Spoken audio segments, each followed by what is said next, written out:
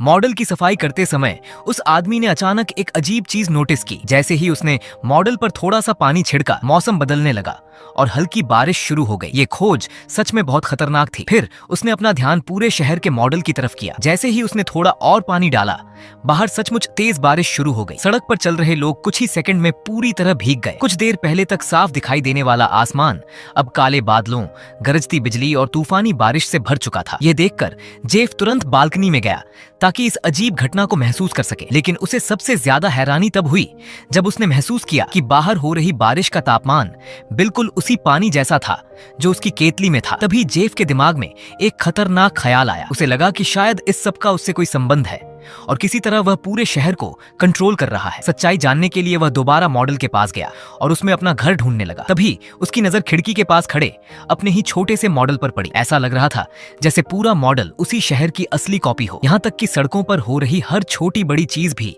बिल्कुल वैसी ही थी जैसी बाहर असल दुनिया में थी। लेकिन सबसे पागलपन वाली बात यह थी कि इस मॉडल के जरिए वह पूरे शहर की बिजली तक कंट्रोल कर सकता था। इस अजीब खोज के बाद जेफ तुरंत शहर के शराब खाने की तरफ गया। वहां पहले से ही बहुत सारे लोग इकट्ठा थे। दिन में हुई उस अजीब बारिश को लेकर शराब खाने में मौजूद हर इंसान बातें कर रहा था। सभी को लग रहा था कि उस बारिश में कुछ तो गड़बड़ थी। शराब खाने की मालकिन डेजी अपने बेटे से बात कर रही थी। उसने कहा कि वह दोपहर में बाहर लगे बड़े बोर्ड को दोबारा पेंट करने वाली थी, लेकिन बारिश ने उसका पूरा प्लान खराब कर दिया। जेफ चुपचाप उनकी बातें सुनता रहा। फिर उसने तुरंत अपनी नोटबुक निकाली और सब कुछ लिख लिया, क्योंकि उसके दिमाग में अब कुछ बड़ा करने का प्लान चल रहा था। उस रात घर पहुंचते ही उसने नेल पॉलिश और रंग तैयार किए। अगली सुबह जब डेजी का बेटा बाहर आया तो वह हैरान रह गया। उनका शराब खाना पूरी तरह नया दिखाई दे रहा था। डेजी और उसका बेटा दोनों दंग थे, लेकिन खुशी इस बात की थी कि उनका काफी काम बच गया था। थोड़ी देर बाद जेफ भी वहां पहुंचा और बाकी लोगों की तरह नकली हैरानी दिखाने लगा, लेकिन उसने अब भी किसी को सच्चाई नहीं बताई। जेफ के लिए नाम या इज्जत मायने नहीं रखती थी। वह बस चुपचाप परछाइयों में रहकर शहर की मदद करना चाहता था। वह गर्व महसूस करते हुए घर लौट रहा था, लेकिन तभी उसने एक बुजुर्ग दंपति को सड़क पर गिरते देखा। बूढ़ी औरत गुस्से में शहर को कोस रही थी। उसका कहना था कि सड़क के गड्ढों की वजह से वह बार बार गिर जाती है। जेफ ने तुरंत सुझाव दिया कि उन्हें मेयर को शिकायत करनी चाहिए, लेकिन सुझावों वाला डिब्बा पहले से ही चिट्ठियों से भरा पड़ा था और मेयर उन सबको पूरी तरह नजरअंदाज कर चुका था। घर पहुंचने के बाद जेफ चुपके से मेयर का पूरा मेल बॉक्स उठा लाया। उसने सबसे पहली चिट्ठी खोली तो उसमें सड़क के गड्ढे ठीक करने की शिकायत लिखी थी। जेफ ने तुरंत मिट्टी उठाई और शहर के मॉडल में बने गड्ढों को भरना शुरू कर दिया। उसी पल बाहर की असली सड़क भी अपने आप ठीक होने लगी। उसने चिमटी की मदद से सड़क पर पड़ा मलबा भी साफ कर दिया, यहाँ तक कि उसने गिरे हुए कूड़ेदान को भी सीधा कर दिया और उस पेड़ को भी ठीक कर दिया जो टूटने वाला था। इसके बाद जेफ ने समझा कि ये सब एक बड़ी सुरक्षा समस्या भी हो सकती है। जब उसने एक कुत्ते को लगातार भौंकते हुए सुना तो उसने मॉडल पर एक हड्डी का टुकड़ा गिरा दिया और असल दुनिया में कुत्ता शांत होकर संतुष्ट हो गया। जेफ पूरी रात मेयर के मेल को पढ़ता रहा और शहर की हर समस्या को हल करता गया। अगली सुबह तक पूरा शहर देखकर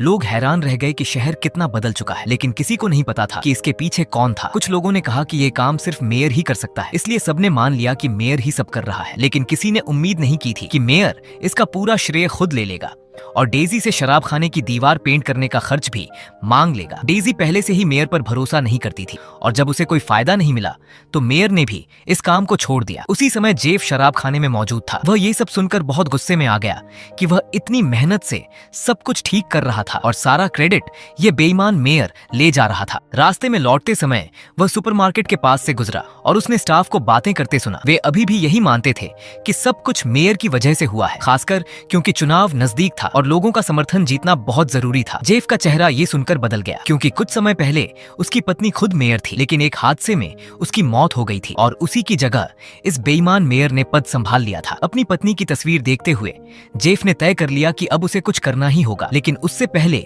उसे मेयर को सबक सिखाना था। उसने एक छोटा पत्थर उठाया और मेयर की कार की तरफ निशाना लगाकर उसे मॉडल पर गिरा दिया। अगली सुबह मेयर सड़क पर लोगों के सामने जोर जोर से चिल्ला रहा था, लेकिन शहर के लोग इसे मजाक समझ रहे थे। उसी समय डेजी का बेटा अपनी एक ड्राइंग दिखा रहा था। ये देखकर मेयर अचानक अपना आपा खो बैठा और उस पर चिल्लाने लगा, लेकिन तभी डेजी तुरंत बीच में आ गई और सबने साफ देख लिया कि क्या हुआ। मेयर को समझ आ गया कि उसका गुस्सैल रूप सबके सामने आ सकता है। इसलिए उसने तुरंत खुद को संभाला और शांत बनने का नाटक किया। उसने कहा कि यह बस एक छोटा सा हादसा था और इससे शहर के प्रति उसका प्यार नहीं बदलेगा। ये सुनकर लोग और ज्यादा जोश में आ गए, लेकिन पास खड़ा जेफ अंदर ही अंदर गुस्से से भर गया। उस रात उसने एक फैसला किया और मॉडल पर एक छोटी सी मकड़ी रख दी। उसी समय मेयर बाहर सड़क पर चल रहा था। मकड़ी को देखकर वह बुरी तरह डर गया, लेकिन समय रहते जेफ ने मकड़ी को हटा लिया, इसलिए मेयर की जान बच गई। अगले दिन मेयर ने अपने दोस्तों को उस विशाल मकड़ी के बारे में बताया, लेकिन कोई भी उसकी बात पर यकीन नहीं कर रहा था। जेफ पास खड़ा ये सब देखकर हल्की मुस्कान के साथ खुश हो रहा था। अब आखिरकार उसे शहर को सही तरीके से संभालने का समय मिल गया था। उसने खुद एक नया बड़ा साइन बोर्ड बनाया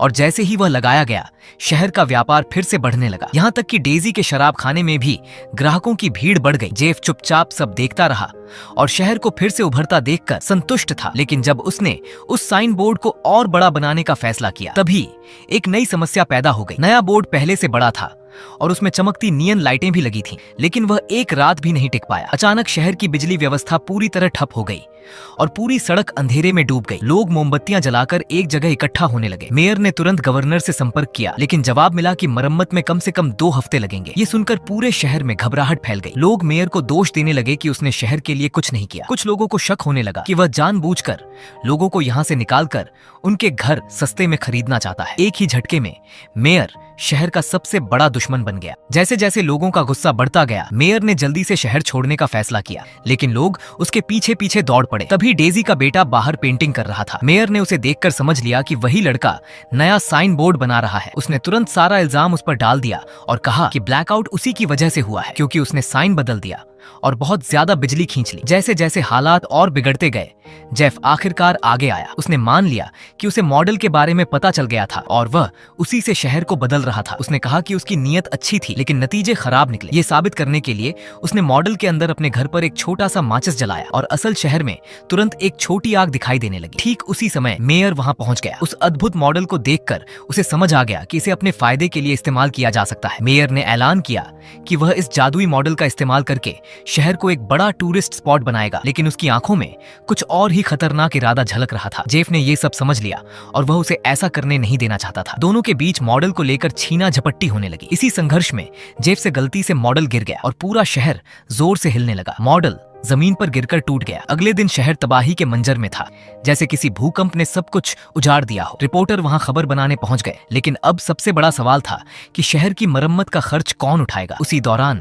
पिछली रात की लड़ाई में मेयर से एक बड़ा सा रिंग गिर गया था और वही विशाल रिंग आगे चलकर शहर के लिए एक नया भविष्य लेकर आने वाला था। और यहीं इस मूवी का एंड होता है। दोस्तों, अगर आपको वीडियो पसंद आई हो तो लाइक और चैनल एस वाई रोमान को सब्सक्राइब जरूर करना।